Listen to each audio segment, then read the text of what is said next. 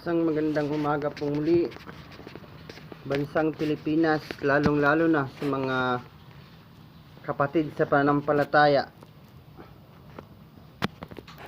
Muli nating itutuloy ang naudlot na pagpahayag ng unang sugo at pagpapakilala ng tunay na daan ng Diyos at ang buong kapasyan niya para sa ating mga tao.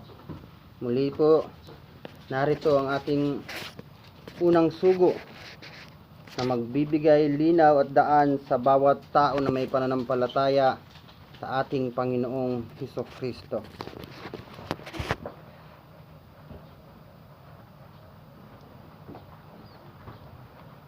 Magandang araw sa inyo mga panood at lahat na mananampalataya at nakikinig sa Facebook na ito. Sana malaman nyo yung sinabi ng Diyos kay Haring Solomon. Basahin sa Ecclesiastes, Kawikaan, Kapitulo 1. Iyan ang topic ng ating pag-aaralan ngayon, kung bakit sinabi ni Haring Solomon na walang kabuluhan, lahat ng mga bagay ay walang kabuluhan. Alam niyo kung bakit? Dahil sa tagal na panahon nung tinubos ng Panginoon ng ating buhay, wala rin nangyari sa pagbabago ng tao. Kaya walang kabuluhan ng buhay ng tao sa ibabaw nito, kundi talagang magbago at sumunod sa Ebanghelyo ni Jesucristo. Dahil Ebanghelyo ni Jesucristo ay kaligtasan lahat ng sinapal kung tumaliba sa Ebanghelyo. Aklat ng Ecclesiastes 1:1. Ang mga salita ng mga ngaral na anak ni David, hari sa Jerusalem, walang kabuluhan ng mga walang kabuluhan. Sabi ng mga ngaral, walang kabuluhan ng mga walang kabuluhan. Lahat ay walang kabuluhan. Anong pakinabang mayroon ng tao sa lahat ng kanyang gawa na kanyang ginagawa sa ilalim ng araw? Isang lahim ng... Alright, linawin natin yun ha. Habang buhay kayo, nabubuhay sa babong lupa, at hindi kayo tumalima sa Ebanghelyo, walang kabuluhan yan. Dahil sa impyerno kayo lahat pupunta. Kaya ang sabi ni Jesus, ang manatili hanggang wakas ay siyang maliligtas. Ano ibig sabihin manatili? Manatiling tuwatalima sa Ebanghelyo, kahit na hindi siya ganong nabanal, basta may pananampalataya siya at may tiwala sa Diyos, ay makamtan niya ang buhay na walang hanggan. Dahil sinugo ng Diyos Jesus para maging daan ng tagumpay ng paglalakbay sa mundong ibabaw na ito. Kaya doon sa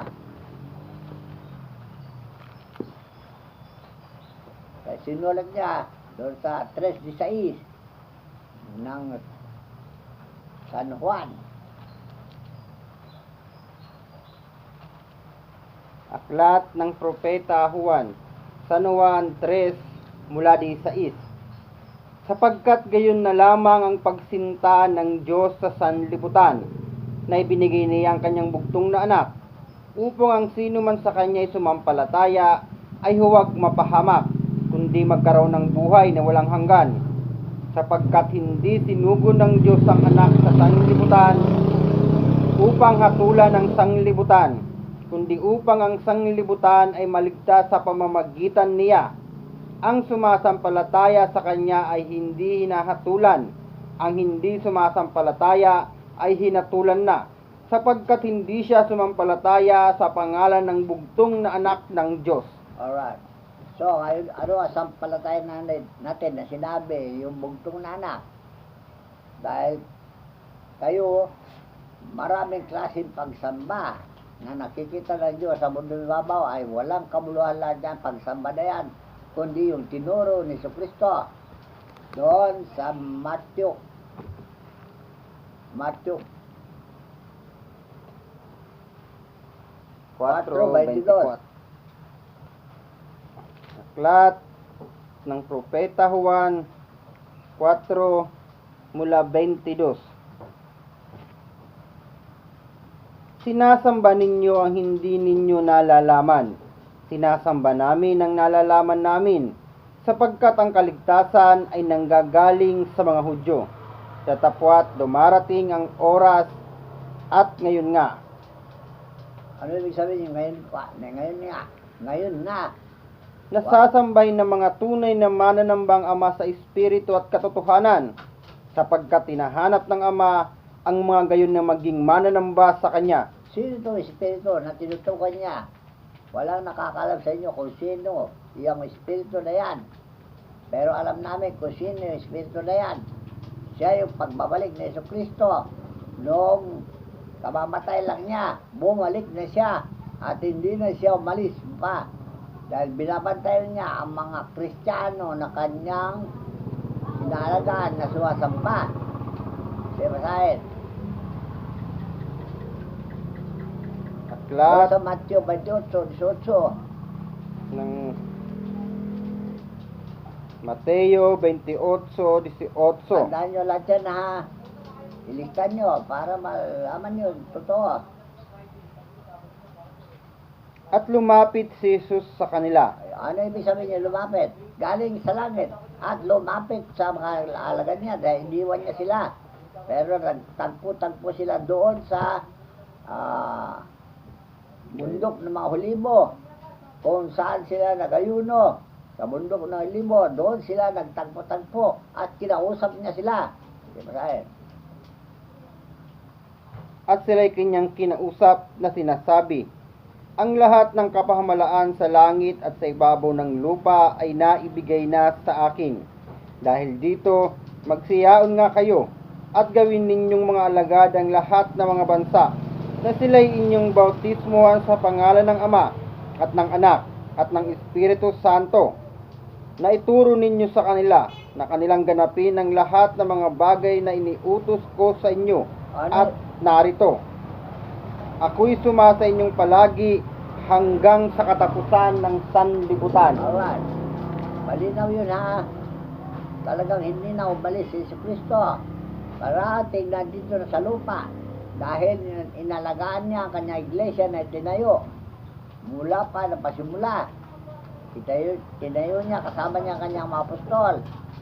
Kaya nung pagbawalik niya, yon ang itinuro niya sa mga kanyang malagad. Gawin niyong alagad ang lahat ng mga bansa. Ano yung mga bansa? Mga relihiyon. Kasi mga relihiyon naligaw na. Wala sa kanila ang Diyos. Dahil sinabi ng Diyos sa akin, wala ako sa kanila anak. Nasa inyo ako. So, malinaw yun ha. Dahil ako, kinakausap ng Diyos sa ating panahon. At yun ang sinabi niya sa akin, wala daw siya sa mga relihiyon na yan. Kundi, nandito sa mga mananamba, sa mga espiritu. Nandyan na yan. Upang matupad yung sinabi niya na siya ay buhay pa. Buhay pa siya. Gusto niya ang tao, mapasakan niya na. Nandun sa Juan 17, San Juan 17, 24.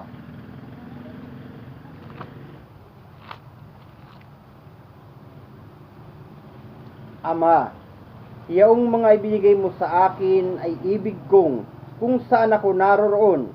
Sila naman ay dumuong kasama ko upang makita nila ang kaluwalhatian ko na ibinigay mo sa akin, sapagkat ako'y yung inibig bago natatag ang sanglibutan. So malinaw ha. Saan naroon ngayon si Jesucristo? Noong unang panahon, nasa kanyang maalagad. Binabantayan niya sila. Habang pinagpapatuloy nila yung misyon na tinuro ni Jesus doon sa Matthew 10.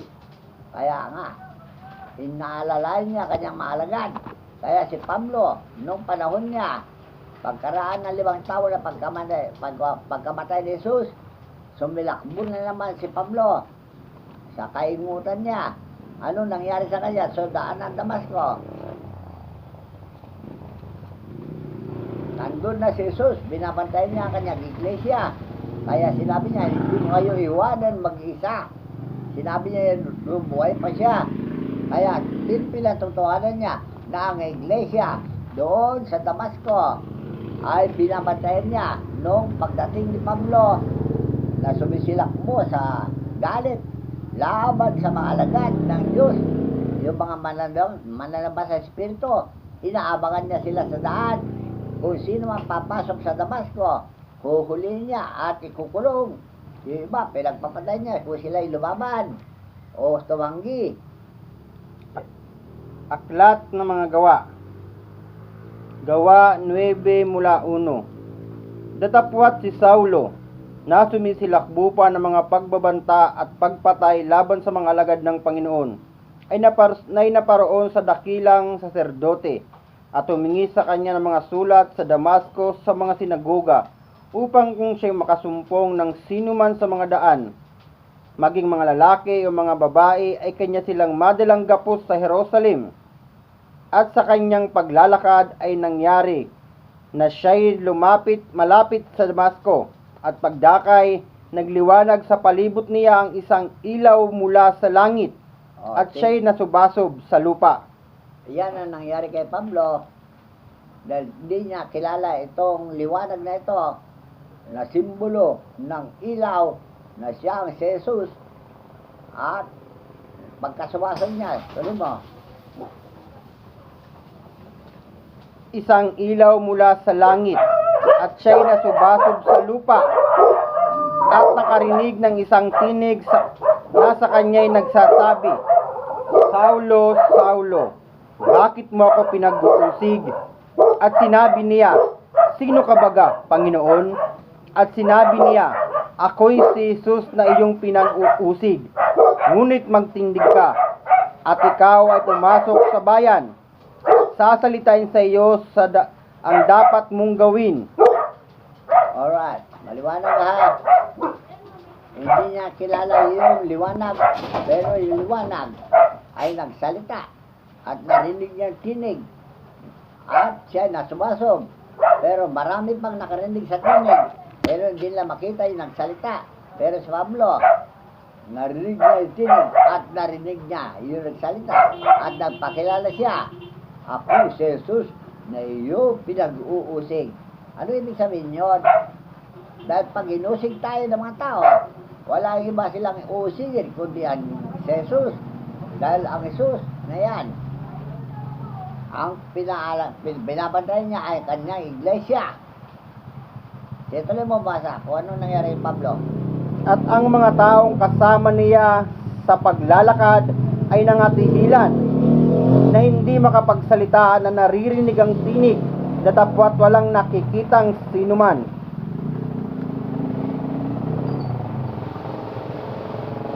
Alright, maliwanag yan ha. Sige. At nagtindig sa lupa si Saulo, at pagkadilat ng kanyang mga mata ay di siya nakakita ng anuman, at kanilang inakay siya sa kamay, at ipinasok siya sa Damasco. Nung ipasok siya sa Damasco, inampon nila si Pablo dahil hindi na nga makakita. Yung mismong Damasco na pinag-uusig niya, ang mga Kristiyanong mananampalataya, sila rin ang kumukup sa kanya. At mando na isang manggagamot na pangalan ay Ananias. At siya ang kinausap ng Diyos. Ito lang ha. At siya'y 3 araw na walang paningin, at hindi kumain ni uminom man. Ngayon ngay may isang alagad sa Damasco na nagngangalang Ananias, at sinabi sa kanya ng Panginoon sa pangitain. Nag-uusap sila, tao at espiritu. Ang Panginoon ay espiritu na, patay na siya noon. May alagad si Pablo, o may alagad doon sa Damasco na nangangalang Ananias, at kinausap siya ng Panginoon. Sige tayo. At sinabi niya, narito ako, Panginoon.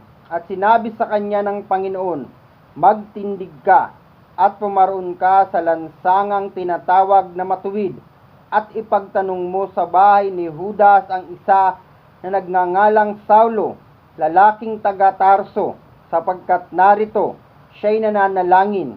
Ore, sinabi na niya kung ano nangyayari kay Pablo. Hindi pa sila nagkita. Pero pinakita ang Panginoon sa kanya kung anong gagawin niya. Ito mo. At nakita niya ang isang lalaking nagngangalang Ananias na pumapasok at ipinapatong ang kanyang mga kamay sa kanya upang tanggapin niya ang kanyang paningin. Ngunit sumagot si Ananias sa Panginoon. O ipinakita na niya kung anong gawin ni Ananias. Ipatong lang niya kamay niya sa ulo ni Saulo. Baka tanggapin na niya ang Panginoon niya, pero nagreklamo si Ananias dahil si Pablo ay kinatatakutan talaga.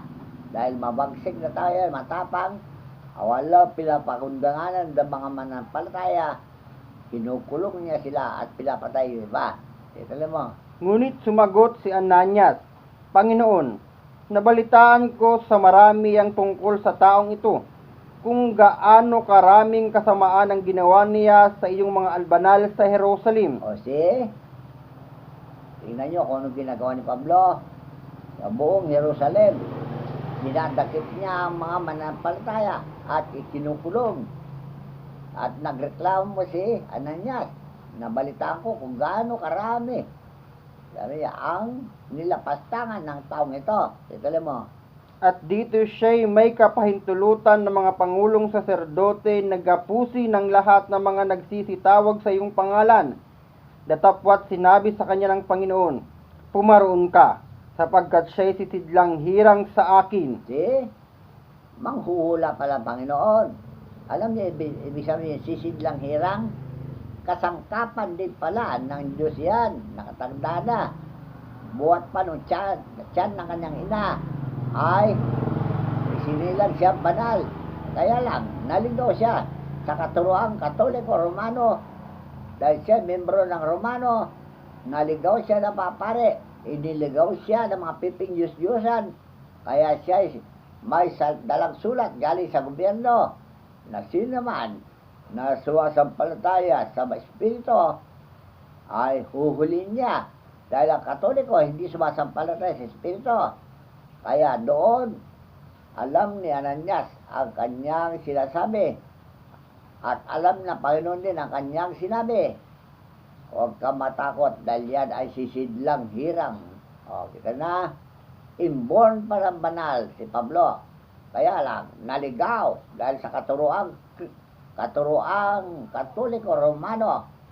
So, pwede mo. Upang dalhin ang aking pangalan sa harapan ng mga hintil at ng mga hari at ng mga anak ni Israel.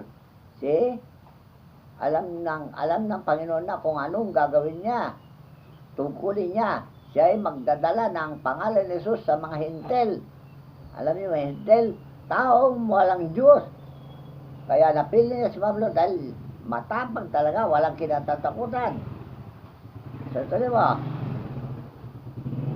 Sapagkat sa kanya'y aking ipakikilala kung gaano karaming mga bagay ang dapat niyang tiisin dahil sa aking pangalan. Kasi, sakripisyo ngayon ang dadanasin ni Pablo. Paghihirap, kaya sinaysay niya dyan sa banal na kasulatan, sa gawa, kung gaano kahirap at tinamo niya nung maglingkod sa panahon. Panganib man, kagutom man, ay tinis niya lahat. Maisambulat lang niya ang salita ng Diyos sa mga hintil. Alam niyo, hintil, taong walang Diyos. Walang sino man kasi matapang na humarap sa mga tao kundi si Pablo. Dahil siya ay isang abogado, kilalang kilala. Kaya, sa spiritual, kilala nila na siya ay magaling magsalita. So, ito mo. At umalis si Ananias at pumasok sa bahay at ipinatong ang kanyang mga kamay sa kanya na sinabi, Kapatid na Saulo, ang Panginoon sa makatuwid bagay si Jesus, na sa iyo'y napakita sa daan na iyong pinanggalingan, ay nagsugo sa akin upang tanggapin mo ang iyong paningin. O si? At papuspos ka ng Espiritu Santo. O, tingnan niya, binasbasan na. Sabay na basbas ni Ananias kay Pablo at napuspos siya sa Espiritu. At yung dalangin niya, 3 araw na bulag siya, tinanggap ng Panginoon yung kanyang pagsisisi. Kaya, nangangulugan na ang Diyos ay mapagpatawan kung ikaw naman ay may pagsisikap na maging alagad ng Diyos. Kung ano man kasalanan mo, mabigat man, ginawa mo, patatawarin ka. Dahil yan ang sinabi ni Jesus. Dahil siya ang daan para makita nila ang Diyos, lahat ng nilalang. Kaya sinugo niya kanyang bugtong anak upang sino man sa mampalataya ay hindi mapahawak. Si Pablo hindi sumasampalataya, pero alam ng Panginoon na si Pablo ay banal ang kanyang kaluluwa. Alright, so kahit nakasino sa inyo, kilala na kayo ng Panginoon nyo, Jesucristo, dahil nung isinila kayo sa salit-saling lahi na sinabi ni Solomon na naging walang kamuluan ng buhay na ito. Kaya sa salit-saling lahi na tinamo ng mga tao mula pa nung namatay si Jesus, year 33, ngayon ay year 24 na. Alright. So, gaano katagal ngayon ang pasensya, pagtitiis ng Panginoon na patawarin ang mga makasalanan. Hanggang ngayon, nagpapatawad pa rin siya. So, si Pablo bilang anointed one na sinasabi, pinahiran ng Espiritu Santo, ay ito ang ginawa niya doon sa Efeso, sa Gawa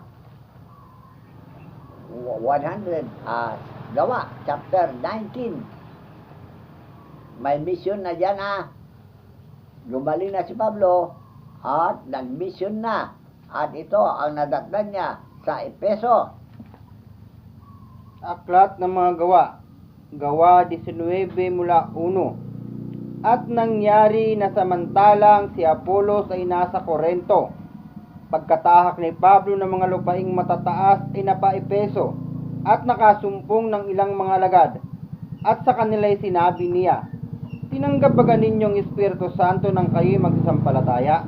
At sinabi nila sa kanya, hindi man lamang naming narinig na may ibinigay na Espiritu Santo. So, At sinabi niya, kung gayoy, sa ano kayo binautismuhan? At sinabi nila, sa bautismo ni Juan. Sinabi ni Pablo, nagbabautismo si Juan ng bautismo ng pagsisisi na sinasabi sa bayan na sila'y magsisampalataya sa darating sa ulian niya sa makatwid bagay kay Jesus. At nang kanilang marinig ito, ay nangapabautismuhan sila sa pangalan ng Panginoong Jesus. see, sa pangangalan ni Pablo, mga mananampalataya na walang Diyos, tinanong ni Pablo, di ba? Tinanggap pa ninyo ang Espiritu ng kayo magsampalataya? Malinaw yung sagot nila na walang Espiritu.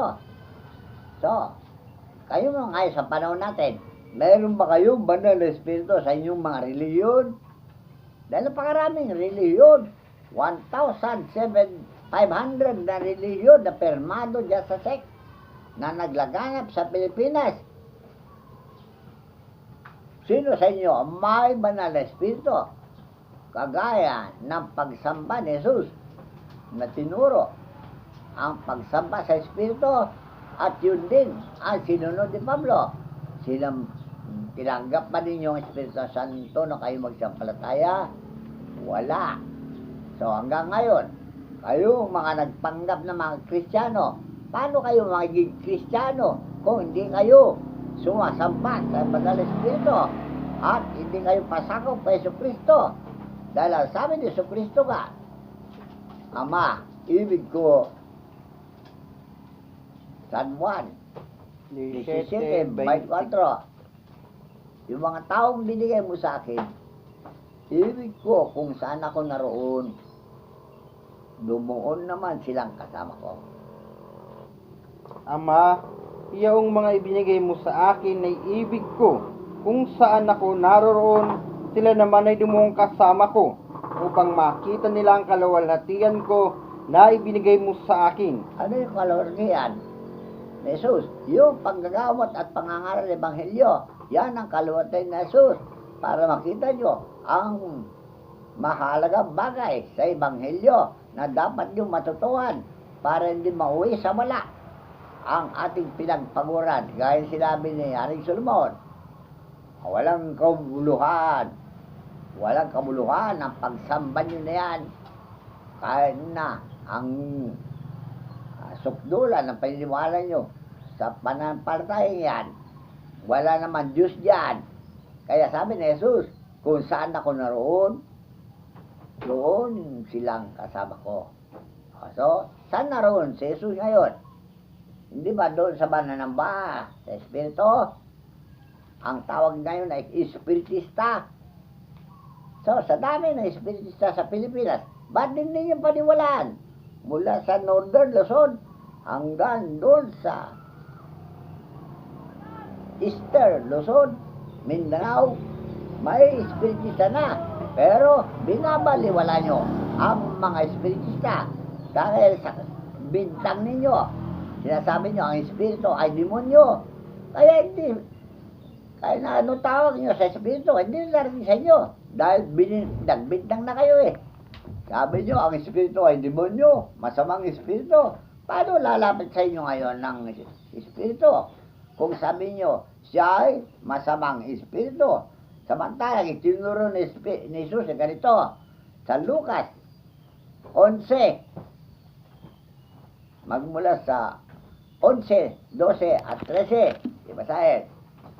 Lucas 11, itinuro ni Jesus yan eh, na kung humingi ka ng Espiritu, bibigyan ka ng Espiritu. Pinaralan niya sa talinghaga, ibasahin mo. Aklat ng San Juan, ay aklat ng Lucas 11 mula 10. Sapagkat ang bawat humihingi ay tumatanggap, at ang umahanap ay nakasusumpong, at ang tumutugtog ay binubuksan. At alin ama sa inyo na kung humingi ang kanyang anak ng isang tinapay, ay bibigyan niya siya ng isang bato? O, see? O ng isang isda kaya? Talinghaga yan ah. At hindi isda ang ibibigay kundi isang ahas? O kung siya'y humingi ng itlog, kanyang bibigyan kaya siya ng alakdan? Kung kayo nga, bagaman masasama, ay marurunong magbigay ng mabubuting kaloob sa inyong mga anak, gaano pa kaya ang inyong Ama sa kalangitan na magbibigay ng Espiritu Santo sa nagsisihingi sa Kanya? See? Paano darating sa inyo ang Espiritu Santo? Humingi kayo ng Espiritu Santo, pagkatapos sabihin nyo, Espiritu ay masamang Espiritu. Hindi ba bawal ang magbibintang sa 10 utos? So, kayo mga bintangero, yan ang napala nyo. Hindi lalapit sa inyo Espiritu Santo dahil pinagbintangan nyo siyang masamang Espiritu. Gusto nyo, mamatay kayo pag magbinta kayo. Dahil magsentral laban sa Espiritu, ay hindi patatawarin. Tandaan nyo. So, iwasan na nyo, galing ninyo yan. Kung gusto nyo, mapasay nyo Espiritu Santo. Alright. Tumuktok kayo, sabi ni Jesus, di ba? Ay Pablo. At kayo'y mapagbuksan. Sapagkat ang bawat humihingi ay tumatanggap, at ang umahanap ay nakasusumpong, at ang tumutuktok ay binubuksan. O, see? Lahat yan ay special offer ni Jesucristo. Tumuktok kayo at bibigyan niya kayo. Ano gusto niyo? Espiritu o Diyos mismo? Marami siyang kagawad na Espiritu. Tandaan nyo. Kasing kapal daw ng buhangin ng dagat ang mga banal na Espiritu. Sapat na maglaganap sa buong daigdig. Tandaan nyo. Pero yan ay pinamamalaan ng Ama. So, magbutihin nyo yung maghingi ng Espiritu Santo. Huwag kayong magbibintang. Dahil kung kayo humingi ng Espiritu Santo, tawagin nyo lang ako. Dahil ako, bibigyan ko kayo. Dahil binigyan ako ng pamaraan ng Diyos upang ibaba ang banal na Espiritu Santo. Tandaan nyo ituro ko sa inyo kung paano humingi ng Espiritu Santo. Dahil marami na akong ginawang medium dito. Ang medium na yan ay propeta. Tandaan nyo. Kaya marami na akong propeta. At matulungan namin kayo kung lumapit kayo. Dahil ang sabi ng Diyos, magsilapit kayo sa akin. Kayo mga tumalikod na mga anak.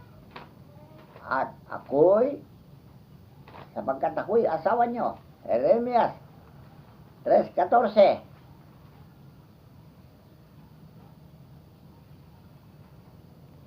Aklat ng Propeta Jeremias 3 mula 14. Pangako na yan ng Diyos mula pa sa pasimulahe hanggang ngayon, nananatiling pangako yan. Tituloy mo. 14. Kayo'y manumbalik o tumatalikod ng mga anak, sabi ng Panginoon, sapagkat ako'y asawa ninyo, at kukuha ko sa inyo ng isa sa isang bayan, at dalawa sa isang angkan, at dadalhin ko kayo sa Sion. O, see? Noong panahon ni Moises, Sion ang sinaroon ng Diyos. Panahon natin, saan naroon ng Diyos? Kung sabihin ko sa inyo na sa amin, hindi kayo maniwala. So, lumapit kayo dito sa amin. 15. At bibigyan ko kayo ng mga pastor ayon sa aking kalooban, nakakandili sa inyo ng kaalaman at unawa. So, marami pastor na pinili ng Diyos ngayon sa panahon natin upang magturo sa inyo ng kaalaman at kaunawaan sa Ebanghelyo. Dahil ang Ebanghelyo, mahirap tarukin yan. Tandaan nyo, dahil matalinghaga. Kung alin ang matalinghaga, nandun nakabalot ang hiwaga. Tandaan nyo kaya kung di nyo mabigyan ng kahulugan ng talinghaga, kawawa kayo. Kaya yan, yung pagbibigyan ng pastor na kakandili sa inyo na kaalaman na unawa ay laging handa. Kaya sabi ng Panginoon, lumapit na kayo para matupad yung tinuro ng Isus na panalangin. Lucas Kapitulo 6:9. Mateo. Aklat ng Mateo 6 mula 9. Magsidalangin nga kayo ng ganito. O yan tandaan nyo, yung dalangin na yan. Hindi ka mo kayo dalangin ng Katoliko. Binago ang letra. Itong original letra ng panalangin. Ama namin na sa langit ka, sambahin nawa ang pangalan mo. Dumating nawa ang kaharian mo. O see? Gawin nawa ang iyong kalooban kung paano sa langit, gayon din naman sa lupa. Ibigay mo sa amin ngayon ang aming kakanin sa araw-araw, at ipatawad mo sa amin ang aming mga utang, gaya naman namin na nagpatawad sa mga may utang sa amin. At huwag mo kaming ihatid sa tukso, kundi ligtas mo kami sa masama, sapagkat iyo ang kaharian, ang kapangyarihan, at ang kaluwalhatian magpakailanman. Siya nawa. Hindi ba kaiba sa letra na dinadasal ninyo, mga Katoliko? Mapasa amin ang kaharian mo. Samantalang dumating nawa ang kaharian mo. Sila, labo. Yung ama sumasalangit. Ama sumasalangit ka. Mali ang letra. Kaya tuloy kayo ligaw na ligaw Itinura nga ni Jesus yung mas wastong dasal, babaguhin pa ninyo. Ngayon, kahit na mali kayo, dumating na kaharian. Ito na nga, tinayo ko na Nakita ninyo yung sagisag na ito sa likuran ko. Pakita mo. Yan Kingdom of Heaven and the Holy Nation of God. So, dahil kayo na ang kaharian ng langit. So, lumapit kayo para maunawaan nyo, para matupad nyo sinabi ng Isaias o Jeremias, na bibigyan ko kayo ng pastor, nakakandili sa inyo ang kaalaman na unawa. Narito na ako marami pa akong kasama, nakakandili sa inyo ng kaalaman na unawa. So, marami pa akong sasabihin sa inyo. Kaya, basahin nyo mabuti ang kasulatan para kung maunawaan nyo at hanapin ng Diyos kung gusto nyo.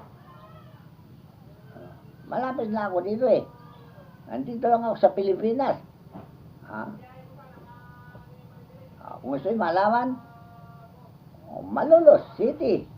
Hanapin nyo. Dahil yan nasabi ni Sabi ng Diyos, hanapin mo ako at kayo'y mabubuhay. Ito na. At ipinapayo naman doon kay doon sa wala na hanapin ng Panginoon. Aklat ng Sipanyas. Yes, Kapitulo 2. Ang bayan ay pinagsabihan na hanapin ang Panginoon. O, yung pabagad lang, maintindihan ninyo. Talaga inuutos ito, hanapin niyo ang Panginoon. O, nandito lang, sa Bulacan, Malolos City. Alright. So, hanapin nyo ngayon, kung saan naroon, para kayo'y mga buhay. Amen? So, agad dito lang, dagdagan ko pa yan. At marami pa akong sasabihin. Kaya lang, baka kayo magsawa. Baka may patso kayo.